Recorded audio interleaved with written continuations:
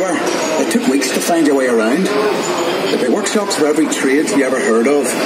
Painters, sailmakers, coppersmiths, boiler makers, cabinet makers. I even learned a bit about French polishing off them. Harlowers is a fine place to work, but dangerous. Every ship costs a life, and there'd be lots of injuries besides. I was in the engine works for a while. Very well equipped it was. That's where we built the triple expansion engines. 2 of them, each as high as a 3-story house. I worked in the frame bending shop. You'd heat steel beams in the furnace, then hook them onto slabs of cast iron and hammer them curved. It was skilled work. You had to bend them more than you needed because the frame straightened out a little when it cooled. The shell plates that made up the hull weighed up to 4.5 tons. They were taller than the da. The plates were overlapped on the edges. Some were raised, one after another. We called it clincher. One of the foremen taught me years ago. That's how you built steel ships. I worked as a heater boy. You had to heat the rivets on a wee plate. You pumped the bellows till the rivet was white hot.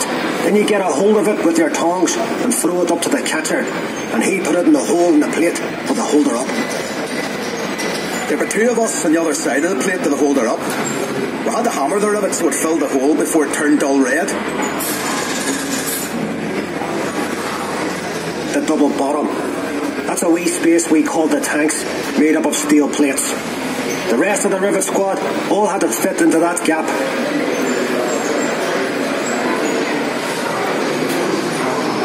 One of the foremen would check each rivet with a special hammer. If it made a ringing sound, we'd have to get back and chase it out after work.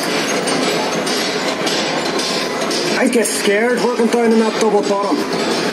You only had candles for light. And the constant hammering against the shell plates. You could hear it all over Belfast. Some of those boys ended up stone deaf, so they did. We were paid 31 bob a week. The heater boy and catcher got 16 bob. But we all worked the same 54 hours.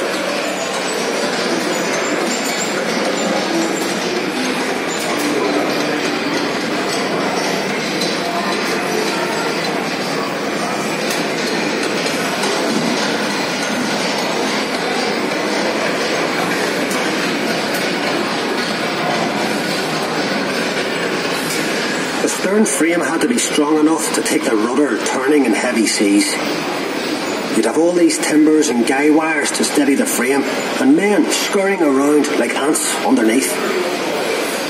When we came to launch day, I was torn between pride and fear. The standing wings were coated in tallow, train oil and soft soap. So the ship would slide when they shifted her weight off the blocks. That was the most dangerous part. And the shipwrights were knocking away the last props. They were under compression, you see, and the sliding wings would be released by the hydraulic trigger. 100,000 people watched the launch. Some paid a bob to sit in the reserved seating. There were extra trams laid on. Then we all went off to the pub to wish her well. Doc, you were proud to be an island man that day. And Titanic was the pride of Belfast.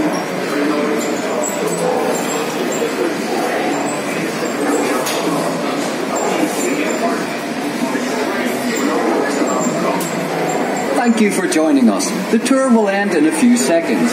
Please exit the car carefully and make sure you don't leave any personal possessions behind. When the car has stopped, push the lap bar down and lift up to exit safely. And mind your step as you leave the car. We look forward to seeing you again.